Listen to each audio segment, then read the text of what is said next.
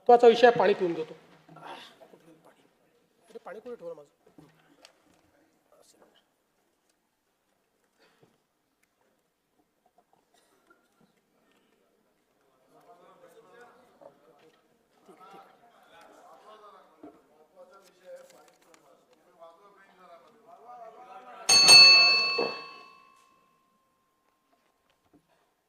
आम्ही राज्यातील शेतकऱ्यांसाठी कर्जमाफी योजना राबविण्याचे आश्वासन दिले होते. त्याकरिता समिती गठीत केली आहे. राज्यातील 30 सप्टेंबर 2025 रोजी पीक कर्ज थकीत असणाऱ्या पात्र शेतकऱ्यांना 2 लाख रुपयापर्यंत कर्जमाफी देणारी पुण्यश्लोक अहिल्यादेवी होळकर शेतकरी कर्जमाफी योजना मी आज जाहीर करीत आहे.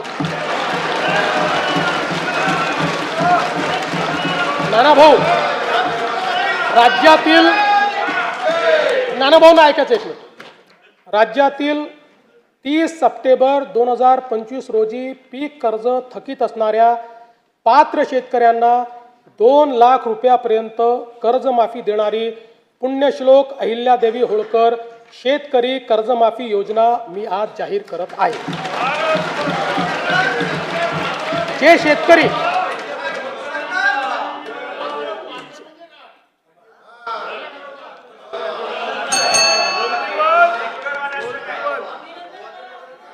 तुम्ही पण जाहीर केले तर पात्रच म्हटलं होतं, पात्रच म्हणावं लागतं, अपात्राला देता येत नाही. ऐका पुढे, अजून संपलं नाही आहे. अरे अजून संपलं नाही, थांबा रे बाबा, शांत बसा, शांत बसा. जे शेतकरी कर्ज घेऊन नियमित परतफेड करतात अशा शेतकऱ्यांना प्रोत्साहन देण्याच्या हेतूने नियमित कर्ज परतफेड केलेली असल्यास अशा पात्र शेतकऱ्यांना 50,000 रुपयापर्यंत प्रोत्साहनपर लाभ देण्यात येईल. कर्जमाफी तसेच प्रोत्साहनपर लाभ देण्याबरोबर कोकणाला हे जास्त महत्त्वाचं आहे, कारण कोकणातले लोक सगळे कर्ज परत करतात. कर्जमाफी तसेच प्रोत्साहनपर लाभ देण्याबरोबरच राज्यातील बँकिंग यंत्रणा सक्षम असावी यासाठी समितीच्या शिफारसीतील निकषानुसार निर्णय घेण्यात येईल. शेतकरी वारंवार कर्जबाजारी न होता त्याला कायमस्वरूपी कर्जमुक्त करण्याचा शासनाचा संकल्प असून याबाबत समितीच्या शिफारसी अनुसार दीर्घकालीन उपाययोजना करण्यात येत आहेत. अनुसूचित जाती घटकांच्या सर्वांगीण विकासासाठी राजश्री शाहू महाराज शिष्यवृत्ती योजना, विद्यार्थी वसतिगृहे, भारतरत्न डॉक्टर बाबासाहेब आंबेडकर कृषी स्वावलंबन योजना, लोक साहित्यरत्न लोकशाहीर अण्णाभाऊ साठे नागरी वस्ती सुधार योजना इत्यादी योजना राबविण्यात येत आहेत.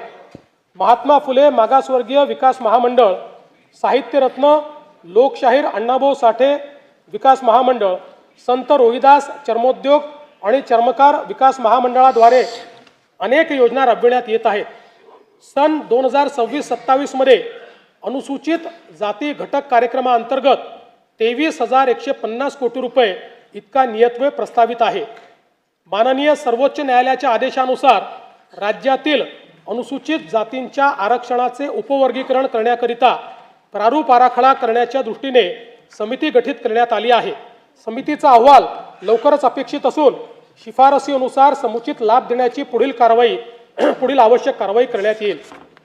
आदिवासी समाजाच्या सर्वांगीण विकासासाठी राणी दुर्गावती महिला सक्षमीकरण योजना, शबरी आदिवासी वित्त व विकास महामंडळ, डॉक्टर APJ अब्दुल कलाम अमृतहार योजना, नमो आदिवासी स्मार्ट शाळा अभियान, आदर्श आश्रमशाळा, भगवान बिरसा मुंडा जोड रस्ते योजना, ठक्कर वापा आदिवासी विकास योजना तसेच पंडित दीनदयाल उपाध्याय स्वयं योजना आदी कार्यक्रम राबविण्यात येत आहेत.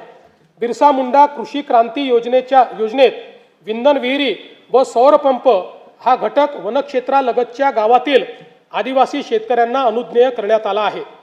कातकरी, कोलाम आणि माडिया या आदिम जमाती तसेच पारधी समाजाच्या सर्वांगीण विकासासाठी विशेष पॅकेजद्वारे निधी राखीव ठेवण्यात येणार आहे.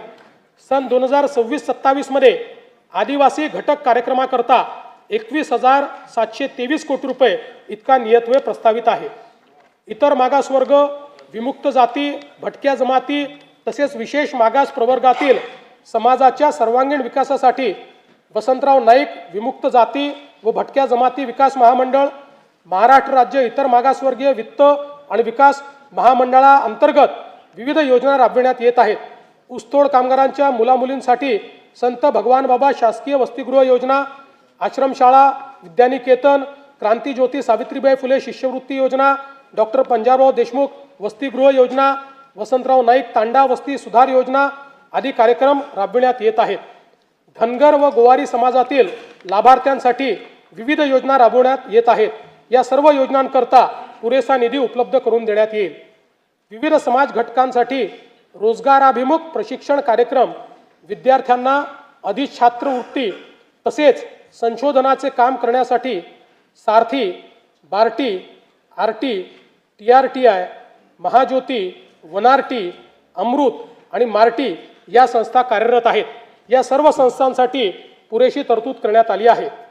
तृतीयपंथीयांच्या सर्वांगीण विकासासाठी धोरण जाहीर करण्यात आले असून त्यांच्या स्वयंरोजगार व व्यवसायासाठी बीज भांडवल उपलब्ध करून देण्यास मान्यता देण्यात आली आहे.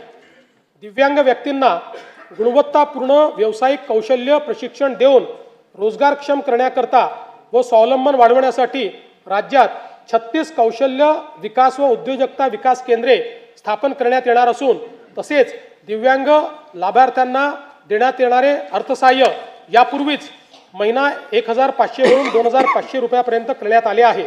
दिव्यांगांना शासकीय लाभाच्या सर्व सेवा सुविधा एकाच प्लॅटफॉर्मवर देण्यासाठी दिव्यांग सहाय्यक संकेतस्थळ कार्यान्वित करण्यात आले आहे. दिव्यांगांकरता जिल्हा वार्षिक योजनेअंतर्गत 1% निधी राखून ठेवण्याकरिता निकष निश्चित करण्यात आले आहेत.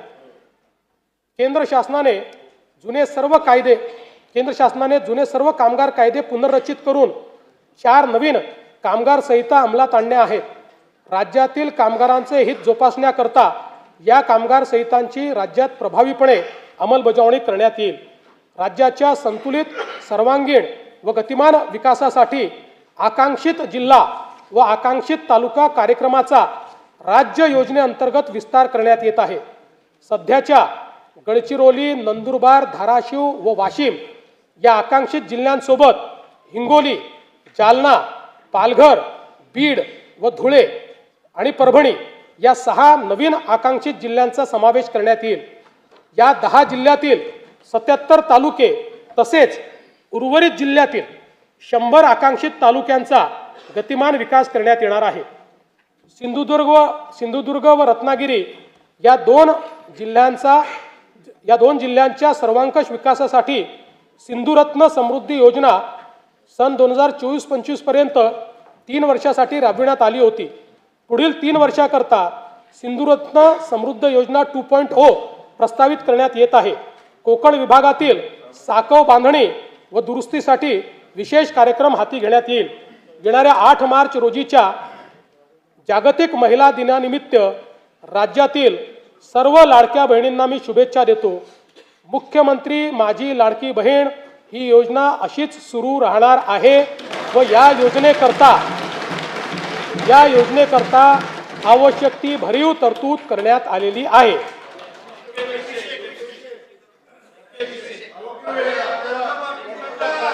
काळजी करू नका. तुमच्या मनातली एक एक गोष्ट आम्हीच पूर्ण करतोय, आम्हीच करत राहणार आहे. फक्त कोर्टात जाऊ नका, योजनेच्या विरुद्ध कोर्टात जाऊ नका.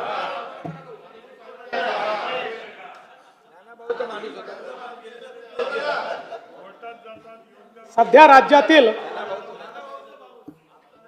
राज्यातील सर्व जिल्ह्यांमध्ये एकल महिलांचे सर्वेक्षण चालू असून ते पूर्ण झाल्यानंतर त्याचे उचित विश्लेषण करून एकल महिलांच्या कल्याणासाठी सुयोग्य धोरण आणले जाईल. महाराष्ट्र ग्रामीण जीवनोन्नती अभियानाअंतर्गत आतापर्यंत सुमारे 37 लाख लखपती दिदी झाल्या आहेत. सन 2026-27 मध्ये आणखी 25 लाख बहिणींना लखपती दिदी करण्याचे उद्दिष्ट आहे. महाराष्ट्र राज्य ग्रामीण जीवनोन्नती अभियानाअंतर्गत स्थापन करण्यात आलेल्या महिला स्वयंसहायता समूहांच्या वस्तू व उत्पादन विक्रीसाठी हक्काची बाजारपेठ मिळवून देण्याकरता पहिल्या टप्प्यामध्ये 13 जिल्ह्यांमध्ये उमेद मॉल जिल्हा विक्री केंद्र उभारणीस मान्यता देण्यात आलेली आहे. उपक्षेत्र दुसरे शिक्षण व कौशल्य विकास, राज्यात 100% मूलभूत साक्षरता व संख्याज्ञान व 80%हून अधिक पदवीधरांसाठी रोजगार निर्मितीचे उद्दिष्ट आहे.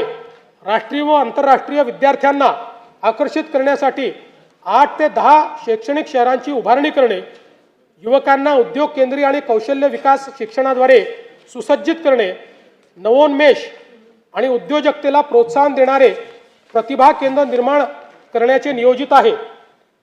नवी मुंबई आंतरराष्ट्रीय विमानतळाच्या परिसरात भारतातील पहिली आंतरराष्ट्रीय दर्जाची एज्युसिटी विकसित करण्यात येत आहे. यामध्ये USA, UK, ऑस्ट्रेलिया व इटली या देशातील 6 आंतरराष्ट्रीय विद्यापीठांशी सामंजस्य करार करण्यात आले आहेत. या सर्व विद्यापीठांचे अभ्यासक्रम याच वर्षी सुरू होणार असून या उपक्रमांमुळे राज्यात राष्ट्रीय व आंतरराष्ट्रीय विद्यार्थी ज्ञानार्जना करता येतील. अमरावती शहरातील शिक्षण विभागाची सर्व कार्यालये एकत्रित आणण्यासाठी डॉक्टर पंजाबराव देशमुख शैक्षणिक संकुलाची उभारणी करण्यात येईल. राज्यातील राज्यस्तरीय विज्ञान प्रदर्शनात विशेष प्रावीण्य मिळविणाऱ्या विद्यार्थ्यांचे मनोबल वाढविण्यासाठी आपण बक्षीस रकमेत मोठी वाढ केली आहे. विद्यार्थ्यांमध्ये विज्ञानाची ओढ निर्माण करण्यासाठी मुख्यमंत्री विज्ञान वारी उपक्रमाअंतर्गत विद्यार्थ्यांना इस्रो आणि अमेरिकेतील नासा या जगप्रसिद्ध संस्थांना भेट देण्याची संधी उपलब्ध करून देण्यात येणार आहे.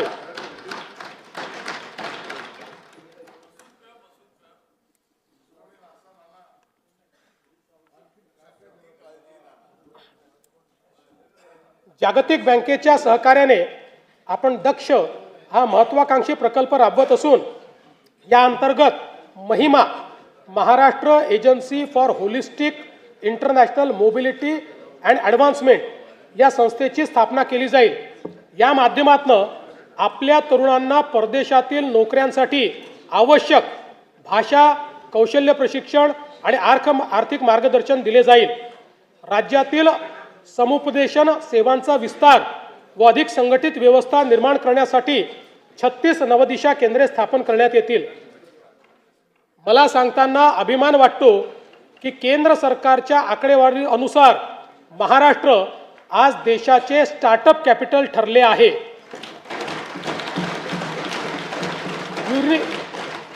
युनिकॉर्न्सच्या संख्येतही आपलेच राज्य देशात प्रथम क्रमांकावर आहे. राज्याला जागतिक केंद्र बनवण्यासाठी आम्ही नवीन स्टार्टअप व नाविन्यता धोरण 2025 जाहीर केले आहे. पुढील 5 वर्षात 1,25,000 उद्योजक घडवणे आणि 50,000 स्टार्टअप्सला बळ देणे हे आमचे उद्दिष्ट आहे. तळागाळातील नवोद्योजकांना आर्थिक बळ देण्यासाठी आपण मुख्यमंत्री उद्योजकता महाफंड स्थापन करत आहोत. यातून निवडक स्टार्टअप्सला थेट आर्थिक मदत दिली जाईल. या उपक्रमाअंतर्गत 50 सर्वोत्तम स्टार्टअप्सची निवड केली जाईल. त्यांना त्यांचे नाविन्यपूर्ण प्रकल्प शासकीय विभागामध्ये राबविण्यासाठी 25 लाख रुपयापर्यंतची कामे निविदेशिवाय थेट दिली जातील. चर्मकला डिझाईन व उत्पादन अद्ययावत केंद्र बांद्रा मुंबई येथे स्थापन करण्याचे प्रस्तावित आहे. यामध्ये नाविन्यता आणि उद्योजकता केंद्रासह सर्व सुविधा असलेली बहुमजली इमारत बांधण्याचे प्रस्तावित आहे. आदिवासी जमातीतील युवांना नाविन्यतेवर आधारित उद्योजक आणि उद्योग निर्माते बनवण्यासाठी राज्यात Bharat innovation research startup for आत्मनिर्भरता म्हणजे बिरसा ही योजना राबविण्यास मान्यता देण्यात आली आहे. उपक्षेत्र 3 आरोग्य सर्व स्तरावरील नागरिकांसाठी सुलभ, किफायतशीर व गुणवत्तापूर्ण आरोग्य सेवेची सुनिश्चिती करणे व त्याद्वारे राज्यातील नागरिकांचे सरासरी आयुर्मान वाढविणे यासाठी आरोग्य सेवांचा विस्तार करून ती शेवटच्या टप्प्यापर्यंत सर्व नागरिकांना पोहोचवण्याचे उद्दिष्ट आहे. विशेषज्ञ आरोग्य सेवा आणि संशोधनासाठी परिसंस्था म्हणून मेडिसिटीज स्थापन करण्याचे उद्दिष्ट आहे. प्राथमिक, द्वितीयक आणि तृतीयक आरोग्य सेवांचा विस्तार करण्याचे नियोजन आहे. ताणतणाव, जीवनशैलीजन्य आजार, मानसिक आरोग्य तसेच प्रतिबंधात्मक आरोग्य सेवेसाठी सातारा जिल्ह्यातील दरे परिसरात निसर्गोपचार केंद्र उभारण्यात येईल. तसेच मुंबई महानगर परिसरात वैदिज्ञान, संगीत, परंपरेवर आधारित वेलनेस उत्कृष्टता केंद्र विकसित करण्यात येईल.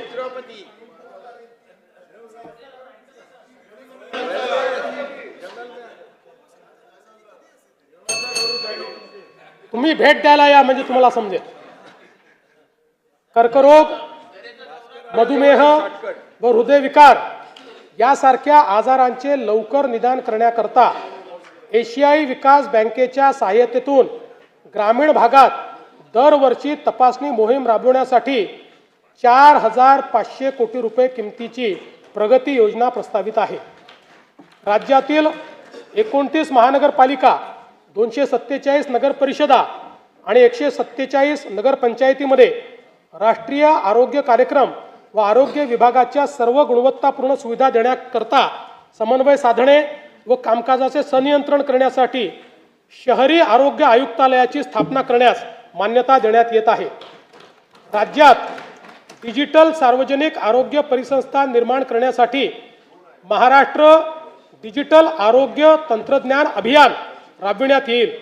यामुळे रिअल टाइम डॅशबोर्ड